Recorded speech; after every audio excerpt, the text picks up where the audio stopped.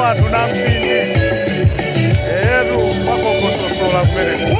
mene muonela hivi sikuona jimuti jame